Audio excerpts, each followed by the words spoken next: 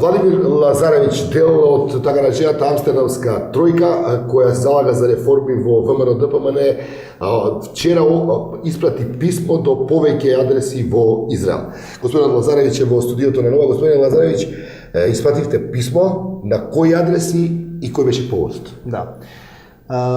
Па директен повод беше бомбата бомба број 15, која што објави лидерот на опозицијата, со која што директно, практично се обвинуваше владата на Република Македонија и високи структури на владата, предводени од Сашо Мјалков, како шеф на тајната полиција, дека разговараат со лица, како што тврди господинот Заев, од Израел, и повторно како што он тврди, тоа се лица кои што се поврзани со некоја фирма во Израел, која што дава мито на представници на владата на Република Македонија. И тоа е практично еден сериозен повод за реакција. Зошто вие се најдовте повикани да упатите на повеќе адреси? Сега ќе ви кажам, видите, во нормална ситуација, кога ќе се објави ваква информација во нормална држава, првото што треба да го направи министерот за надворешни работи е да побара веднаш информација од владата на Израел, дали е ова точно.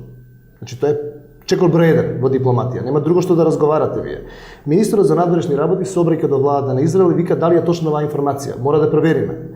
Меѓутоа ние немаме влада. И во таа ситуација некој друг мора да ја превземе таа обврска. Сега ќе дојдам на главната поента. Јас имам блиски односи со Израел. Повеќе години. По која линија? Јас сум студирал и сум се школувал во Израел. Сега директно јас пишувам писмо до амбасадорот на Израел во Република Македонија, до нашиот амбасадор во Израел, и ги копирам професорите кои што се инволвирани и ги копирам исто така новинарите. Што ви е поентата сега? Поентата е дека вие мора да побарате како држава да ни објаснат дали ова точно или не е точно, затоа што кај нас ситуацијата, нашата влада практично, нели Сашо Мјалков покренува кривична постапка дека е ова клевета. Ние сакаме да провериме дали така ќе биде состојбата со Израел. Значи, можеби израелците ќе речат дека во право е Сашо Мјалков. Денеска министерот за надворешни работи на Република Македонија требаше да го направи ова што го правам денеска јас. Нели, пишуваш писмо и викаш, односно нота, барате да дајете информација, да добиете информација дали е точно ова. Меѓутоа, ние не можеме да го добиеме тоа од нашата влада. И тоа е главниот проблем денеска. Зошто ние практично бараме за реформи, зашто бараме политичка одговорност? Пошто луѓето не се спремни да понесат одговорност.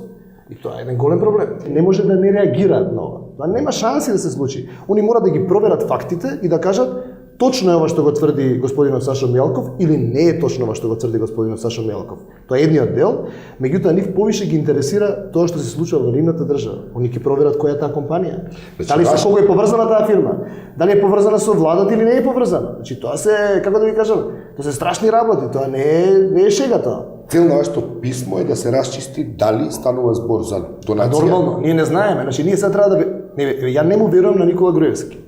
Практично не верувам на владата на Република Македонија во тоа што го зборува. И автоматски нормално дека не му веруваш и на Сашо Мјалков. И сакаш да те потврдат или да те демантираат надворешни фактори. Во оваа ситуација инволвирана е нели трета страна, држава друга инволвирана. Ние мораме да знаеме каква е нивната позиција. Во услови кога вие немате министер за надворешни работи кој што го прави тоа, ја превземам таа одговорност со целиот ризик на себе кој што едноставно ќе видиме каков ќе биде. Меѓутоа некој тоа мора да го направи.